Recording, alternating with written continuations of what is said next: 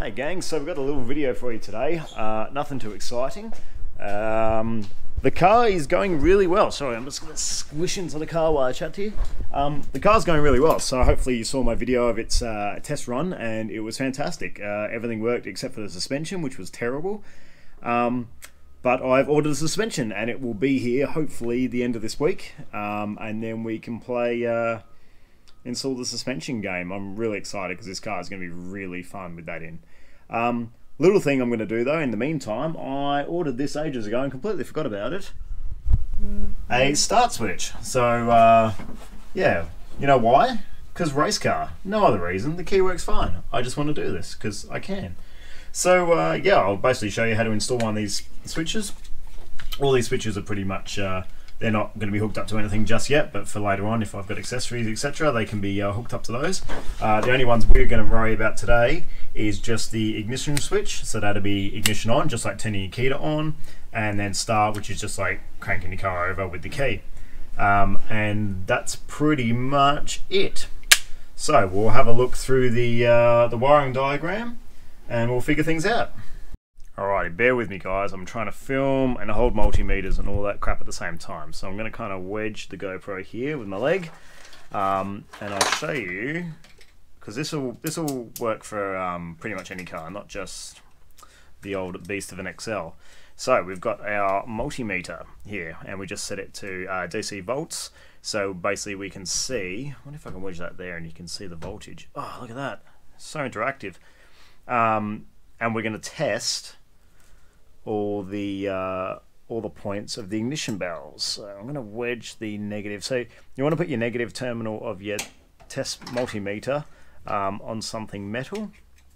Usually I've got some alligator clips, but bugger if I can find them today. So I'm just going to wedge, wrap this around my gear stick, and I'm just wedging the negative terminal up against some metal there, so we don't have to hold it.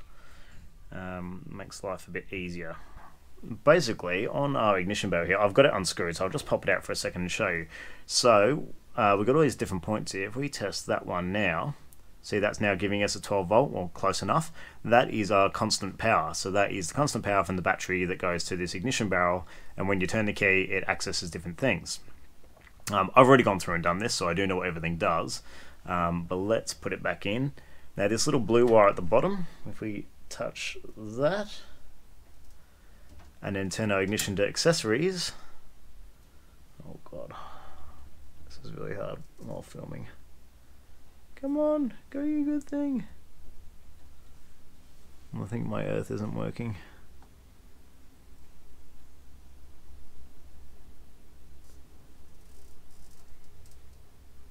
There we go. Oh god, if I can get it. There we go, so that's showing accessories. So now if I turn the ignition off, you'll see that power drop off. So that means that's our accessories. Pretty much that's what we do for every single bit. So we go through and we try another one, turn our ignition all the way to on, we'll watch the power go on, that's our ignition on. We have two wires here for the starter motor.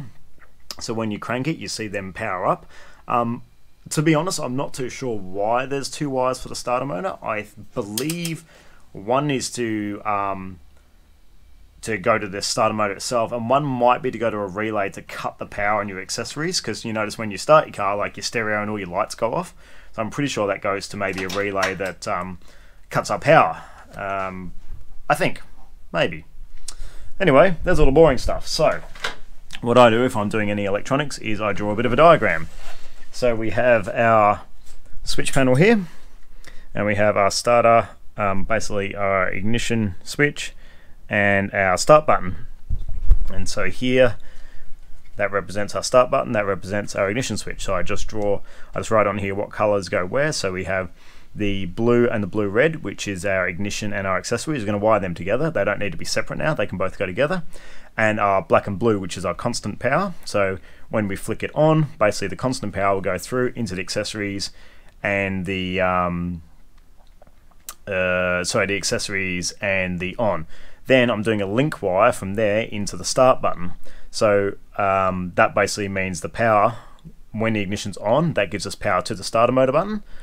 and then we've got the black and red and the black and yellow which go to our starter motor. So when we push that, that's the momentary switch, and that'll crank our starter motor. The only other one we've got here is just this little wire at the bottom, which is just an earth, because this light has, this switch has a light on it, and we just need an earth to be able to light up that switch. So when the ignition's on, we have a little light to say it's on. That's it. It's actually really simple. So now if we look at our ignition barrel, and you can see all those colors, all those color wires that refer to our diagram. So we'll kill our power, luckily, because race car, we have an easy way to kill the power from the battery, and we'll cut all these and then we can wire them in. Now I was looking at where I'm going to mount this switch, and I originally was going to put it in here, but honestly it is so packed behind there with crap, I don't want to put anything else there. So what I've done is over here we usually have this little panel, and that panel has our gauge our gauge cluster brightness. So what I'm going to do is I'm going to put that on full, tape it up, and I'll just tape that switch back there because I never need to dim those gauges. That's ridiculous. Has anyone ever actually dimmed their gauges in their car? No. And the other one is our fog light switch. I was looking around at where I could mount this. Look, I could pull the wiring apart and just use one of these switches here as the fog light switch, but this one works. It's actually got 4 wires coming into it. I don't know why. It might be something to do with the switch lighting up or whatever. Who knows? I'm just going to keep this switch. And what I think I'll do is I'll get a Dremel and I'll just cut a little square, and I'll probably mount it down here, as it's something I'm not going to have to access very often. And I'll just mount it in there. And then our switch panel actually fits really well just there. Now because this is curved, it actually sits proud. So I'm going to screw the top in, but I'm going to, and when you wait for it, 3D print up a whole cover that covers this whole thing and screws in there, and that should be really nice. So we'll get it all wired up today, make sure it works, and then I'm going to go home with a CAD template, thank you Project Binky, cardboard aided design, and design up something on the computer, and then hopefully print it out and we can screw it all in there. But for now, let's get cutting with our wires and get this sucker wired in and see if it works. Okay, so I've made up a little earth lead, and that's for the bottom of our switch, so we have a light on the switch. And I'm just gonna, in there, I've got a couple of spots on the chassis I can undo a bolt and just put the earth lead on there and screw that on. So that's done. Now we need to start cutting wires and putting connectors on. I want to do some good connectors and some good crimping. I was considering soldering these, but I'm going to see how tight the connectors are. If they're shit, I'm going to pop them off and I'm going to solder it on. So we'll see how that goes.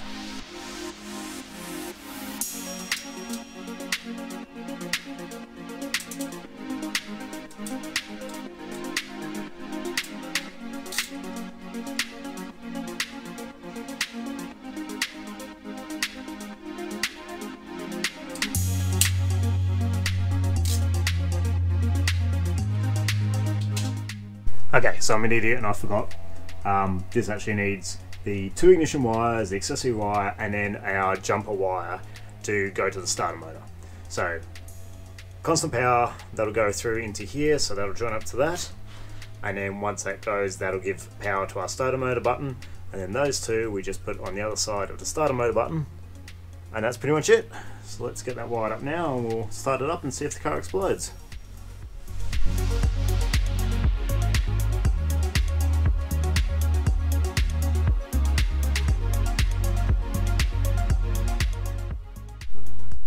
Alrighty gang, so here's our setup now. So I've gone through this a million times, but I know I'm going to get 1,000 messages from XL people asking me, how did you do that? So I'm just going to show you, so don't ask, because here it is.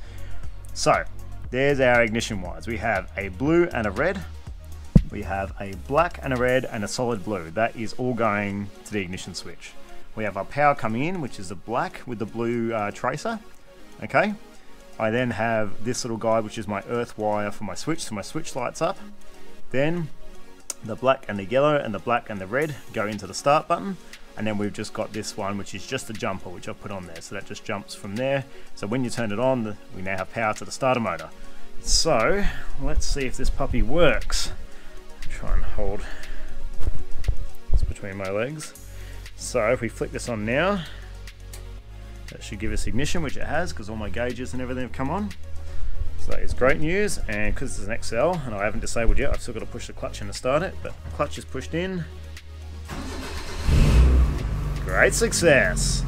Now if we flick that down, car is off. The only other thing we'll just test is with the ignition on. If I earth this out, there we go, there's our light on our switch. So I just have to attach that to the earth. So there we go. We have a full working start button. No more key needed. So we'll ditch the ignition bell and everything, and I'll just use that key to lock the car when it's not being used, and that's about it. Pretty cool.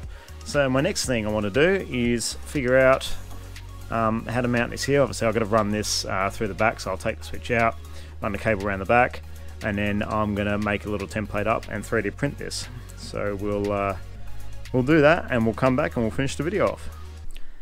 Okay, we're back in my office. Excuse all the mess. It's I've been in and out of here with work, and I just kind of dump stuff everywhere, so we won't look around the office. It's pretty gross.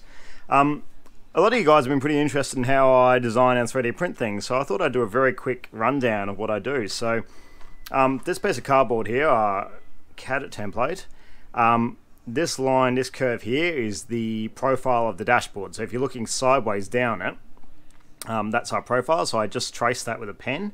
And then this bit here is the piece I want to 3D print, and then we've got our switch panel here, and that is actually the size of our switch panel, so it's to scale. That's basically the profile of what I want to print. So even though this looks like a fairly basic shape, it's actually pretty tricky to figure that out. So I found the best way to do it is to take a photo of this, and then we put it on the computer. So I'll show you that. Okay, so there's the picture of our piece of cardboard. Now, pretty much, I did this in Photoshop just to get the shape, but I'm going to remember which tool it is now. It's this one, and we go pen tool, and we want a shape. So what I'll do is just draw the shape of the object I want to here, and then I can make that curve to match our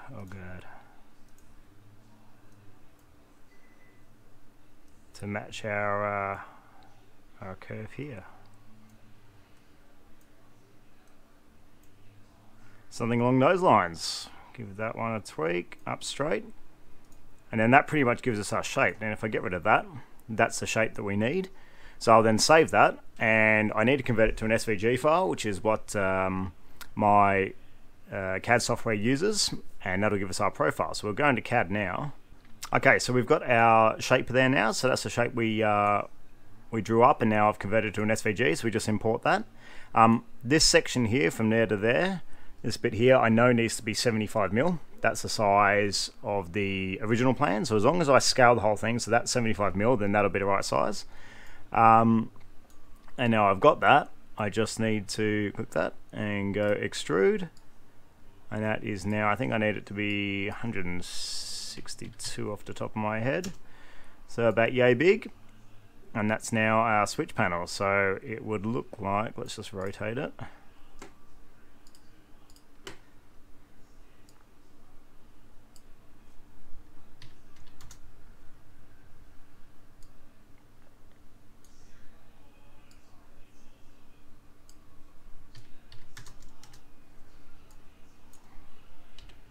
Cool, we don't need that anymore, and get rid of that. And so that's our shape. I think that's the right way around, yep. So our switch panel goes there, and then this is just the rest of the housing, and that should bolt up to the dashboard. So we'll skip ahead. Okay, and here's my final design. So basically I just hollowed it out, and I've put a hole in there for the switches and the button to sit in. And I've got some thicker material back there, because what I'm going to do is lay the housing over the top and just drill some screw holes, and then just use self-tappers. So that just gives it a bit of chunkiness to put the self-tappers in. And then down the bottom I've got these holes here for the screw holes. So these top two screw holes will go straight into the dashboard. These ones obviously won't, and then these bottom ones I'll drill them through, and they've got a little bit of countersinking in there to tuck the screw heads away, make it look a bit neater. Whoa! It got a bit exciting. Let's try it again. And yeah, and that should work pretty well. So what I might even do is once it's printed up, I'll give it a light sand, and I might do, I've still got my flocking kit, so I can flock it to look like the rest of the dashboard, and hopefully that should sit pretty nicely. I've currently got a brake duct being printed up in the printer at the moment. This is for our mates at Luxe Performance. So we've got a couple of brake ducts going out to them. So once this is finished up, I've got another hour and 40 minutes to go on this sucker. Once that's done, we'll start printing up our box. I do a time lapse of it, but I'm pretty sure it's going to take about 15 hours, and my camera won't last that long. The printer's going for 15 odd hours. I think I've got the settings a bit wrong on this. It's a bit slow, but yeah, here's our print, looking pretty good. I think it's going to work out well. So we've got another couple of hours to go, and then we'll see how the panel fits. We need to test fit it on the car though, so I'll have to go back over and check it out. Okay, so our print's done. I got the Dremel out and just dremeled out the housing a little bit here where it was just a bit too small. The switches were hitting on the back. That was my bad for not measuring. And I've just given it a light sand, and we've got left over here is our flocking kit from when we did our dashboard. So I've still got quite a bit of glue left, got a bunch of powder, so we're going to glue it up and do a flocking so it matches our dashboard. Well, I'm an idiot and I forgot to press record, but basically I just did the flocking on this. Same as the dashboard, lay it on pretty thick with the brush, and then just use a sieve, like a metal sieve, and just shake the powder over it, and then let it dry, and then shake the powder off, and that's it. Alrighty, it's a very early morning, and I have a brand new 3D printed housing. Check this out. It worked out pretty well. So I did the flocking kit on it. Looks $1 million. I'm pretty stoked on that. So I hope it fits, because I haven't test fitted it yet. The car's a 2.5 hour round trip, so I'm just hoping it fits. Let's check it out.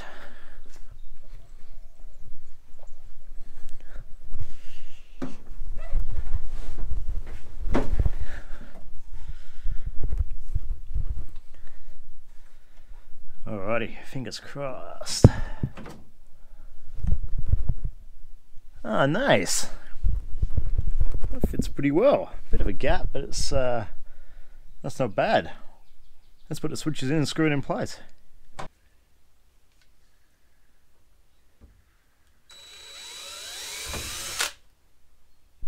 And there we go. How good is that? So it actually fit up really well. The only downside is, let me turn the microphone around.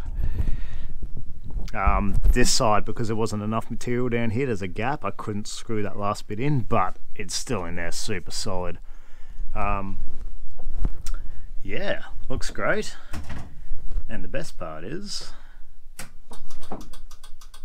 oh. Sorry, indicator's on. Let's try it again. Little cool, there we go. So flick it on, ignition's on. She starts up. Easy done. And that, ladies and gentlemen, is how you put a start switch in an XL. Much happy. So there we go, that's how we put a start switch in an XL. It was only a little video today and pretty poorly filmed and terrible, but you get the idea. We've got something pretty exciting coming up next, so the delivery in the mail, a very exciting part. So check back soon. Thanks for watching.